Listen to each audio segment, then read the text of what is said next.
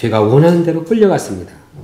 이 여인은 결코 자유하지 못했습니다. 진정한 자유는 내가 죄를 짓고 싶지 않으면 죄를 짓지 죄로부터 멀어질 수 있어야 되는데 이 여자는 이제 죄를 지키다 보니까 계속 죄가 주는 대로, 죄가 주는 방향대로 계속 끌려다녀야만 했습니다.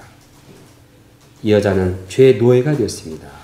결국 이 여자는 간음죄를 지었고 이제는 죽을 수밖에 없는 상황에 처했습니다. 이러한 그녀에게 예수님께서 구원자가 되셨습니다. 예수는 그녀를 용서하셨습니다.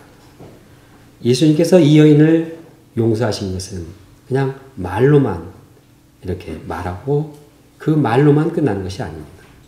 예수는 이 여인을 용서하기 위해서 자신을 희생하셨습니다. 죄의 용서에는 대가가 필요합니다. 그냥 용서가 안 됩니다. 죄를 용서할 때 그 죄를 용서하기 위해서 하나님께 대가를 지불해야 되는데 예수님께서 그 대가로 자신의 생명을 십자가에 드렸습니다. 예수님은 우리의 모든 죄를 사하기 위해서 이 가늠한 여인의 죄를 사할 뿐만 아니라 우리 각 사람의 모든 죄를 사하기 위해서 십자가에 피 흘려 돌아가셨습니다. 이로써 여자는 과거 어떤 더러운 죄를 지었건 용서함 받게 되었습니다. 그 여인은 죄에서 벗어나 영혼이 깨끗해지고 자유함을 누리게 되었습니다. 이제는 더 이상 죄의 노예가 아니었습니다. 죄에서 해방되었습니다. 그가 예수님을 영접하게만 할 때 이제는 죽음에 대한 불안, 두려움에 떨지 않았습니다. 우리도 예수님의 용서의 사랑을 영접하고 죄에서 자유하기 원합니다. 예수님의 용서의 사랑으로 우리를 얽매이게 있는 죄에서 자유하기 원합니다. 특히 우리는 젊은 사람들로서 내면의 정욕의 죄에 빠지기 쉽습니다. 정욕의 죄에서 자유하기 원합니다. 예수님은 음욕, 정욕을 품는 것도 간음, 이미 마음에 간음했다고 말씀하십니다. 정욕죄도 간음죄만큼 심각한 죄입니다. 그러므로 우리 마음을 더럽게 하는 정욕의 죄를 깨끗하게 하기를 원합니다. 그런데 우리 자신의 힘으로는 이 죄에서 자유하지 못합니다. 우리는 태어날 때부터 죄의 에너지가 붙어서 몸 안에 있습니다. 우리 각자는 죄의 손에 꽉 붙잡혀 있습니다. 내가 죄를 짓기를 원치 않아도 죄가 시키는 대로 따라서 하게 되어 있습니다. 한 예를 들어봅니다. 미국의 한 10대 소녀가 자기를 사랑해주고 자기를 누군가 좀 소중하게 여길 그런 한 청년을 사귀기를 원했습니다. 그런데 청년 하나가 나타났습니다. 그리고 그녀에게 그녀의 요구를 채워주겠다고 약속했습니다. 그런데 바로 그 자신의 차 뒷좌석에서 그 소녀는 임신을 했습니다. 이 소녀는 이런 비참한 일을 겪고 난 후에 이제 교훈을 받고 절대 이러면 안 되겠다고 생각했을 것입니다. 또 그렇게 기대가 됩니다. 그러나 몇 년이 지난 후에 그 소녀는 다시 임신을 했습니다. 결국 이 소녀가 갈망하던 그 사랑은 사라지고 남은 것은 수치와 패배요. 또한 외로움으로 소용돌이치며 절망했습니다. 이는 한 소녀의 이야기만은 아닙니다.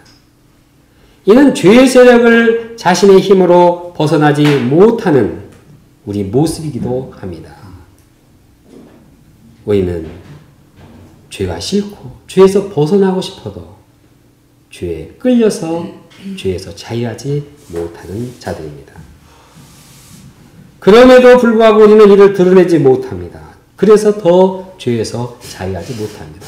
죄를 숨기고 죄를 감추어두고 죄를 드러내지 않을 때 그 죄는 점점 더 미궁을 헤매고 더 어두워져 갑니다.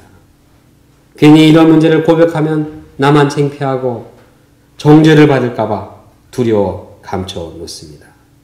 그럴 때 우리는 죄의 노예가 되어서 깊은 어두움 속을 헤매게 됩니다. 아무도 알 수 없습니다. 저 사람은 참 거룩한 생활을 한다고 하지만 속으로 감춰놓은 죄를 알 수 없습니다. 그 마음에 자기만이 꿍꿍 앓고 죄의식에 시달리고 두려워하고 부끄러워하고 이렇게 괴로워합니다.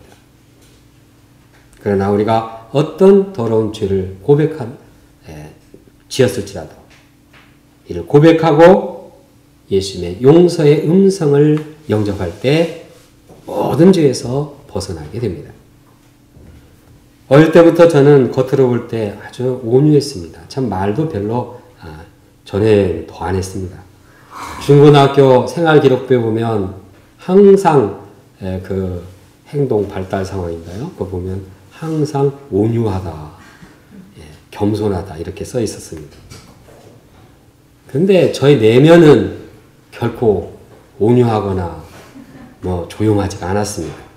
특히 중학교 때부터 마음에 깊어진 정욕의 불길이 참 제할 수 없었습니다. 정욕으로 인해 저의 마음은 점점 어두워졌습니다. 정욕을 그치지 못해서 육체와 정신의 균형을 잃어버렸습니다. 당해본 사람은 아지만 참 죽음의 고통이 무엇인가, 죽음보다 더 큰 고통 가운데 괴로움을 당했습니다. 그래도 저는 이 죄에서 벗어나고 싶었는데 죄가 주는 세력을 벗어나지 못했습니다. 이러한 제가 대학 2학년 때 예수님 앞에 나의 죄를 고백했습니다. 그때 예수님께서는 저의 마음의 죄를 용서해 주셨습니다. 저는 죄의 세력에서 벗어나 영혼의 자유를 누리게 되었습니다. 이처럼 예수님의 용서의 사랑은 우리를 죄에서 벗어나게 합니다. 예수님은 정욕과 간음죄만 용서하시는 분이 아닙니다. 예수님은 모든 죄에서 우리를 용서하시는 분입니다. 어떤 분은 다른 사람을 보면 미워합니다. 어떤 분은 다른 사람을 보면 시기합니다. 질투합니다. 어떤 사람은 다른 사람을 보면 열등감에 항상 비교를 하고 다른 사람을 자꾸 열등감을 갖습니다. 어떤 사람은 다른 사람 보면은 아주 우월감을 갖고 교만하게 빠집니다.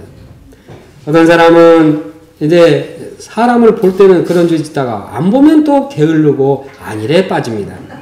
이래나 저래나 이제 죄 짓기는 마찬가지입니다.